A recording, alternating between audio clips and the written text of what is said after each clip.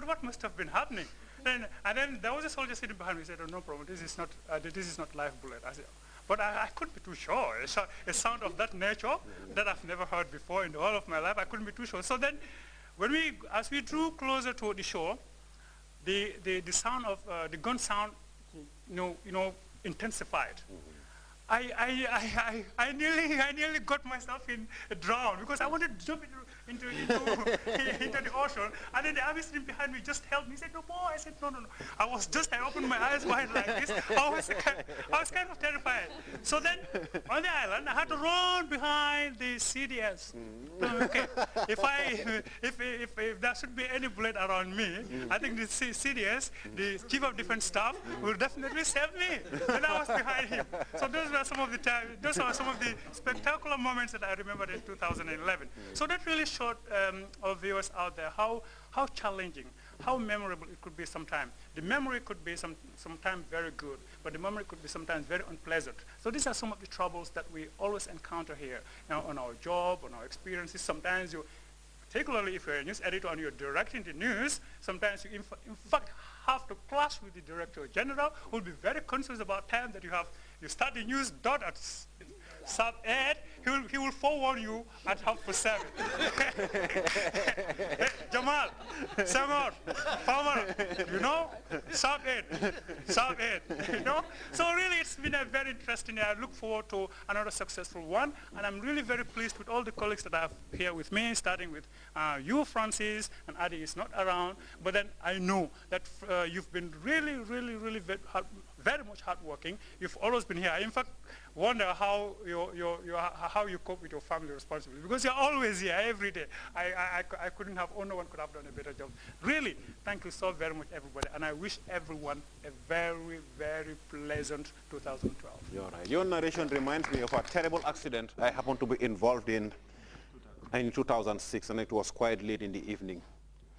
I was in the company of Balde and one Radio Gambia sound technician. After covering the president's engagements for the day, that was during the presidential campaign, we went to Basse. I was so enthusiastic. We bought meat, and we are looking forward to going to our place of abode to relax, eat, and maybe start writing our reports and also brew attire in between. I had these shoes that I normally call four-wheel drive. They are these plastic shoes we call nyabalastic. So I managed to navigate my way through the craziest part, and we made prior arrangements with someone who was to transport us to the other side of the river. But unfortunately, I don't know, I believe the man must have been drunk, because I believe when we went to catch up with him, we found him drinking, or you found him drinking in that bar. So it's it was my turn for me to board the boat, but because I'm tall and I'm always very hesitant also, but I believe the hesitation this time around kind of helped save my life. Because the moment I lifted one of my feet and was trying to jump, just try to at least step into the boat as quietly as possible to avoid, shaking the boat. Everything went blank. I can't remember. The only thing I can remember was me being in the water, and it was neck deep. It was a little after 12 o'clock midnight. I was with Balde. Look at how tall I am. I was looking at Balde from on top, but all of a sudden Balde was looking at me from the top. And I believe they were dumbfounded, because all of us, it was so quick, they could not understand what was going on. I'm normally not that much, not superstitious and the like, but I always, think that it's things don't happen, in isolation. But this time around, it was quite different. So I was quite scared also. And I only had one thing to hold on to, which was the boat, and it was quite rickety. But after being there for a couple of seconds, I believe 10, 15 seconds, and no help was forthcoming, I had to yell at Balde and the others. Boy, don't ma hold him a day. And they jumped to the rescue. I was still bold enough. I decided not to leave the boat. We used the same boat to cross. But after a while, after 2 hours or so, when I was like asleep, I just woke up suddenly, had this terrible nightmare. I couldn't sleep. And it continued for a number of days. I even had to seek some kind of assistance and the like. So, whilst, following stories or trying to come up with programs and the like, we do encounter some terrible things. But I believe we all need to take it in good faith and be more careful also when we're out there in the field and the like. Yeah, I believe that's a very good intro or kind of a transition. But I want to invite someone. A number of people have made mention of his name. They say that I'm here almost every day. But there is someone who leaves his home as early as 8 a.m.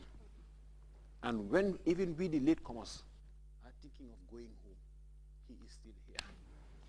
And I call him an ant. I mean no harm, but I believe he rarely sleeps, and he's also as busy as a bee and as hardworking as an ant. He's Babukar Senghor. Babukar, welcome once again. Francis, thank you. I think I'm inspired by what I've heard of me, around me. Since the first reporter took the mic and said something, I felt we are in good times. We have always been in good times, but I'm, more excited now, seeing people together. You've said something that really, given me, my heart is full. All of you people have been exceptionally great, from the director general right down to the last person, from the radio to the TV. Working, as a journalist, there's nothing. I feel there's nothing better than that. Working uninterrupted. Coming out. Getting people to be informed. That is an exceptional, job to do. And for me, I believe there's nothing that I can give to people other than my personal service. And I believe each and every one of us, have been doing that. And 2011, we just, live in 2011 and entering a new year. I'm not expecting anything new. The same hard work from all of us, and then we make this place, the best place to be. Yeah. I believe it's like as far as I'm concerned, you're a sports specialist, especially when it comes to football and the like. And I believe it's like, as far as football is concerned, it wasn't a rosy year. Do you share my view? I think that is an understatement. You've got it right. From January, I can fully remember when I was in Rwanda. That was our first assignment. That 2010, entering 2011, we all thought, okay, we have been so many tournaments, so many of our teams are entering, competitions on the continent. We thought, okay, look, this is an opportunity for, some of our teams to at least win, a medal somewhere. Rwanda was our first. January was our first assignment, and I was so excited enough. We will win something. We went to Rwanda. We had this game we were to play, our first game against Congo. We were beaten mercilessly, 3-0. I remember I was there with our new deputy director, Malik Jones, and he was doing the commentary. We were seriously deflated. The second game was against Mali.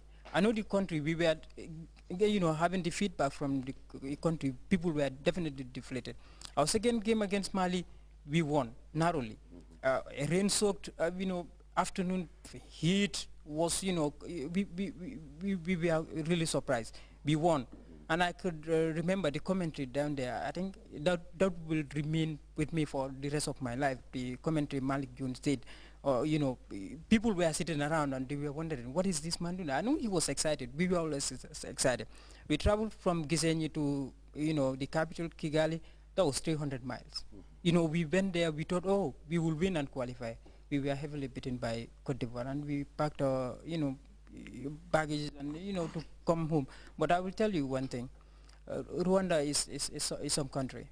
He said something about that country winning, the forestry management stuff. But that country is something else. And I will tell you, I've been going to so many countries. seeing people. But, most of the time I wouldn't